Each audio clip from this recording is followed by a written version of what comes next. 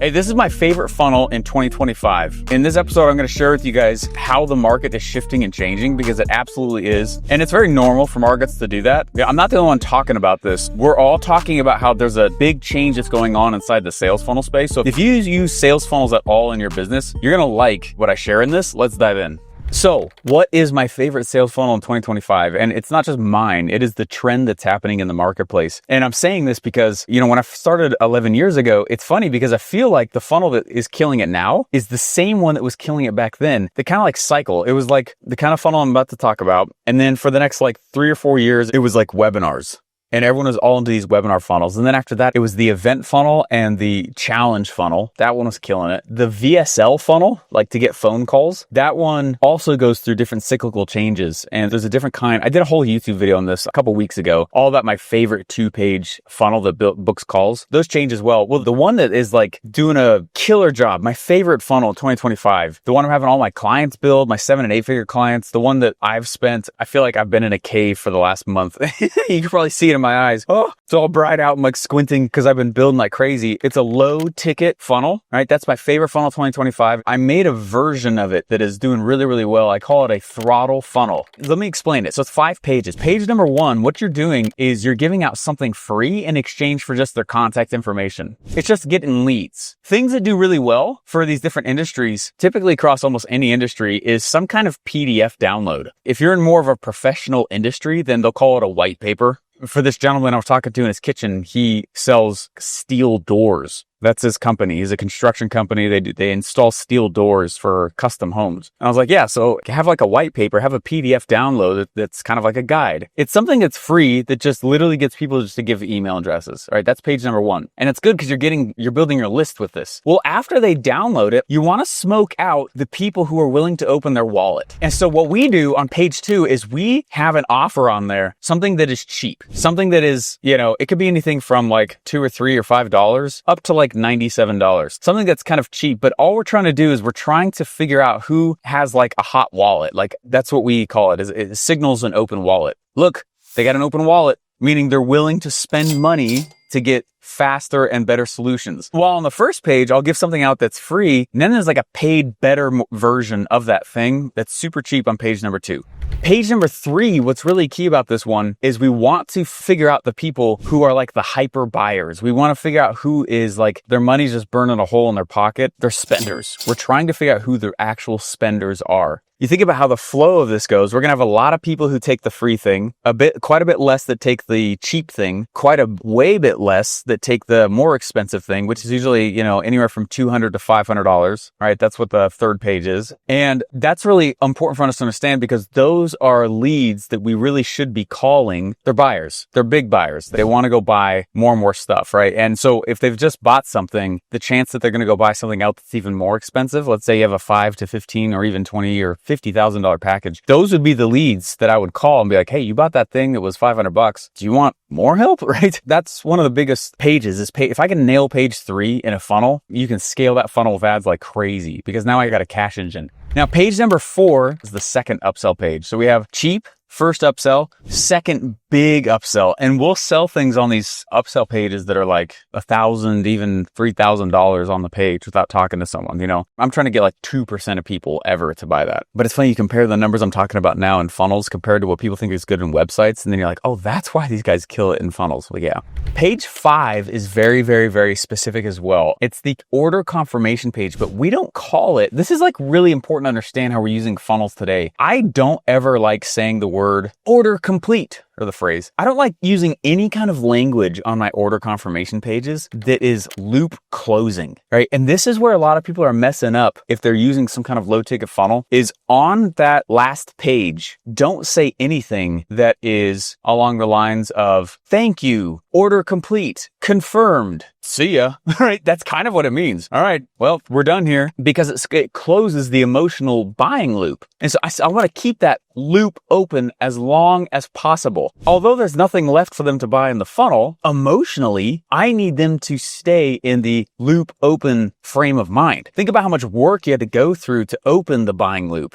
First of all, you attract them to the funnel, then you get them in there with something that's free, then kind of cheat. Right now we've opened this buying loop across several pages and several several scenarios that have all kind of linked together. I don't want to go close that loop. So on the order confirmation page, although that is what we call it, that's not at all the sentiment that I use anymore. And it's one of the biggest changes that I've been doing in all my funnels. So what I do instead is I call it now my onboarding page. So all the language and all the copy, all the sentiment of that page is let's get you started. Hey, make sure that you book a call with our team so that we can onboard you. And they do, but it's also a sales call because we're keeping that buying loop open. We say things like, go make sure you go join the group now that you're in this thing. We say things like, make sure that on your calendar, you have these important dates on here or whatever. And we'll make sure that it's something that's evergreen. So it's always true. Does that make sense? Very key page. Now, what I just described to you in this low ticket funnel is kind of the standard low ticket funnel. It's not that prolific, to be honest. Like, it's still that same type of funnel that was killing it 11 years ago. And now it's kind of back. A lot of other people who are kind of been in the space for a long time are saying similar things. Low ticket is back, right? That's kind of the things that people are saying. So 2025, the low ticket funnel, it's back. It's back because it works well with ads. It can break even on ad spend, which is $1 million scenario. And so what we did though, is I was like, what strategic things can we do inside this low ticket funnel? Because it's the one that's killing it right now for the industry.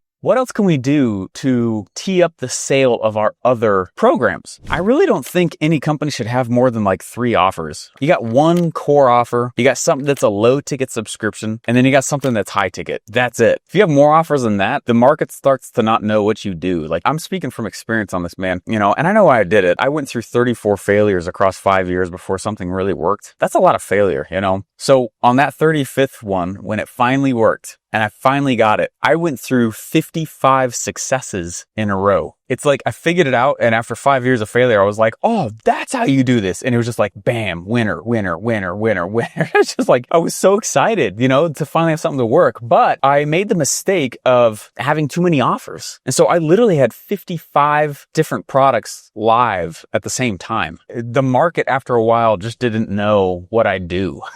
They're like, you have that and that and that and that and that and that and that and that and that. And eventually people, this is maybe a bad example, but my guess is one that most of us can relate to. Have you ever gone into a restaurant where their menu has too much stuff on it? And you're like, oh my gosh, it's like, and it causes paralysis. I remember it was in one of my microeconomics classes in college. There's a word for that in microeconomics. I can't remember what the word is, but it's when a company and when a market has too many options and it actually causes paralysis for the customer. 3 products. So that's my whole point with this. But how does that relate to this low ticket funnel that I'm talking about? Well, we do something that's different in these funnels, and we call it a throttle funnel because you can throttle it, all right? You can turn it up. You can get a ton of leads, and then I also can go kind of turn it down when I need to turn it. Let's say I'm getting too many leads and I'm not treating my leads right. Well, I can turn it down, right? So I can throttle it. I can go up, I can go down almost on a day-to-day basis because of this. So what I'm about to tell you right now is one of the biggest problems with the sales funnel space is that funnels are almost so easy to build now. Like, you don't have to be a coder or anything. They're almost so easy to build now that people just have too many funnels. So if I have these 3 different products, people will build way more than 3 funnels for their 3 products. That's not a bad thing to have a lot of funnels, but because they'll build these funnels, they'll also build a lot of products. Product.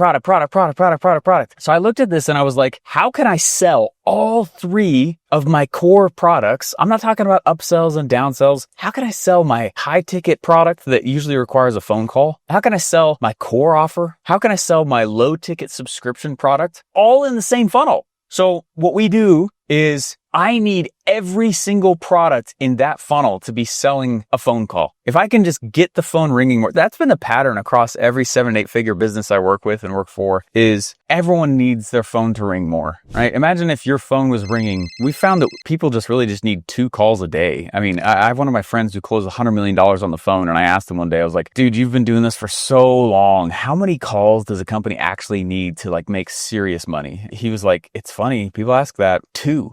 You only need 2 good calls a day? And he goes, yeah, that's what's nuts about it. That's 10 a week. That's 40 a month. What's the likelihood that you're going to go close, even 10% of them on your high ticket thing, get 4 good high ticket sales in a month? This low ticket throttle funnel needs to get and be generating 2 good calls a day. So here's what we did. On page 2 of this funnel, we put, that low ticket thing that just qualifies whether or not they're actually willing to open their wallet. Let's say you're selling something for $5. I recognize that I'm going into some tactics on this that might have been good for me to draw this out. And I actually have a 5-day challenge called Build Your Perfect Funnel. I'm not trying to pitch you on it, but if you are interested in it, I'll put a link down below. Because it's 5 days, we go through all 5 pages in detail and help you write the copy, come up with what the offer is and the headlines for each individual of the 5 pages. It's awesome. We made it super cheap. It itself is a throttle funnel, actually. So what we have and what we do now is, imagine this. You're on the page where there's something that's cheap, like $5. That's page 2. What we do is we actually put 2 options, 2 different versions of the exact same offer. Version number 1 says, do you want this thing that's $5?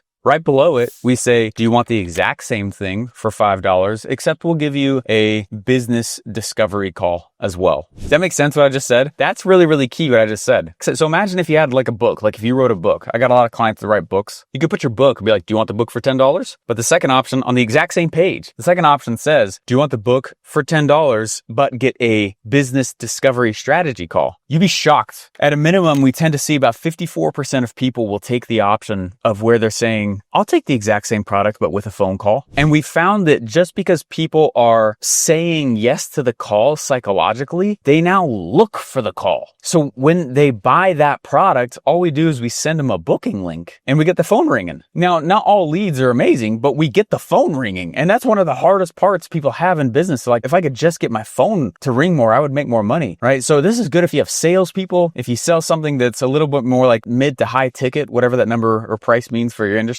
It's such a key piece. That's how we get the phone ringing so we can sell our core offer. We can be qualifying who's actually a buyer. So we're only talking to people who've opened their wallet, even if it's something that's like a couple bucks. That makes sense? Very, very important to understand. And the first time I put this out, we generated it's like 19 calls in the first week or people that at least were asking for the call. It's crazy. That's how we're generating calls to sell our real core offer, something that's kind of mid-ticket. Or if they're a fit for it, we'll just pitch them the high ticket right on that phone call. So getting that phone call has become one of the key pieces on how we can getting that phone ringing, right? And we're doing it from a low ticket, which is not normal. Most of the time, what people do is they'll build a whole separate funnel and then I got to go market to them. It gets really hard, really annoying. Now, the last part that we go do is, how can I be selling my subscription product in a low ticket situation as well? Well, what we do is on our first upsell, let's say you're selling on your first upsell, so page number 3, let's say you're selling something that is $97. Well, we just do 2 options again. Do you want this thing for $97 or do you want this thing for $97 plus a 30-day trial of our low ticket subscription? Does that make sense? So that's what the beauty of this funnel has been. It's been crushing it for us is we've been able to go in and say, hey, in the exact same sales funnel, instead of sending them to a different one over here and a different one over there and paying Zucker another $1 to go get another lead and get another ad out there, I don't have to do that anymore. In the same funnel, we're selling our low ticket subscription. We're selling low tickets to Signify, just open wallet in general. We're generating phone calls. We're getting leads. So maybe they don't even buy anything, but now at least I'm building my list all in the exact same funnel. You realize how unique this is? That's why people are loving it. And it's why it's been killing it so much. I hope that's been helpful to you. Let me know if you are someone who has a sales funnel down below. If you've been using them, this is one of those rare situations where I don't care if you guys put your links down below. I'd love to check it out. I see a lot of funnels, man. I've been doing this a long time now. Would love to check it out. So anyway, guys, thank you so much. Appreciate it. I am going to jump out here. I have jury duty. I got called in for freaking jury duty. Anyway, you guys are awesome. If you haven't subscribed, go to like this if you like it, don't if you don't, and check out down below more of this training because it's been the one that's been killing it this year. And what we see a lot of times with these market trends, with the way these funnels are and the way they're popular, it tends to be the trend for like 2 to 3 years. And so that's good news. You're not late is my point. Awesome. You guys are amazing. And I will see you guys in the next one. I'm going to go judge people. Bye.